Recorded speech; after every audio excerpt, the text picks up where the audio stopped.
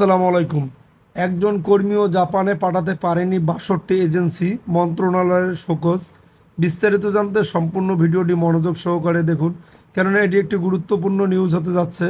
তার আগে অবশ্যই আমাদের চ্যানেলটি সাবস্ক্রাইব করে পাশে থাকা বেল বাটনটি অন করে রাখবেন পরবর্তী ভিডিওর জন্য।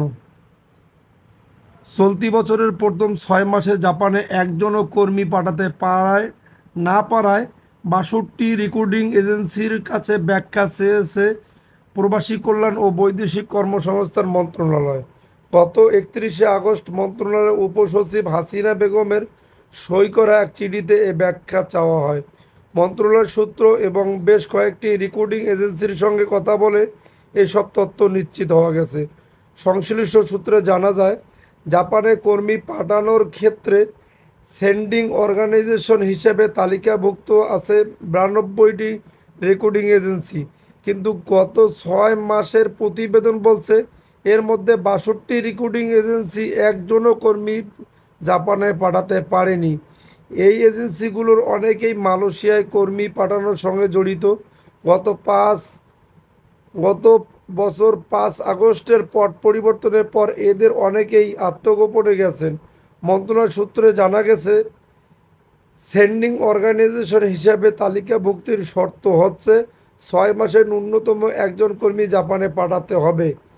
ব্যাখ্যা চাওয়া রিক্রুটিং এজেন্সিগুলো হলো Al Khamis International, RL number ০৬৮০, messrs Greenland Overseas, RL number ৪০, Ahmed and Company Private Limited, RL number ০৮১, messrs Shubhra International Trade and Travels, Trade International, RL number Times International Enterprise, Orbitize enterprise.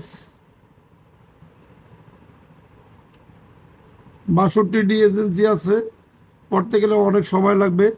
এজেন্সিগুলোর বিষয়ে খোঁজ নিয়ে জানা গেছে ৬২ রিক্রুটিং এজেন্সির মধ্যে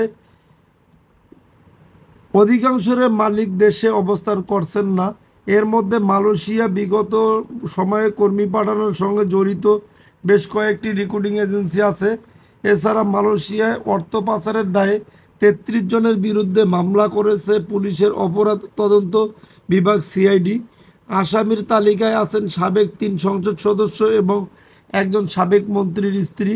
এছাড়া মালয়েশিয়া চক্রের অন্যতম মূল হোতা হিসাবে পরিচিত রুহুল আমিন ওরফে স্বপনের নামও আছে টাকা পাচারকারীর তালিকায়। তার রিক্রুটিং এজেন্সি ক্যাথারসিস ইন্টারন্যাশনাল আছে শোকজের তালিকায়। এছাড়া সাবেক অর্থমন্ত্রী ও সংসদ সদস্য আহমদ মুস্তফা কামালের পারিবারিক প্রতিষ্ঠান অরবিটালস এন্টারপ্রাইজের মালিকানায় থাকা তার স্ত্রী কাশ্মীরি কামালের প্রতিষ্ঠান অরবিটালস এন্টারপ্রাইজও আছে এই তালিকায়। এছাড়া মানি লন্ডারিং মামলা দায়ের হওয়া আরও কয়েকজনের প্রতিষ্ঠানের নাম এই তালিকায় পাওয়া গেছে।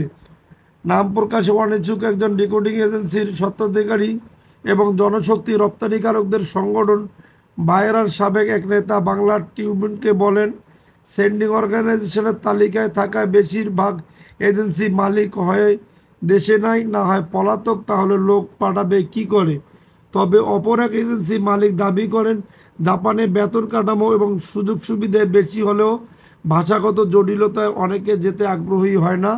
জনশক্তি কর্মসংস্থান ও প্রশিক্ষণ ব্যুরোর বিএমইটি তথ্য বলছে, এই বছরের জানুয়ারি থেকে মে পর্যন্ত ৫ মাসে জাপানে কর্মী গেছে ৪৫৪ জন।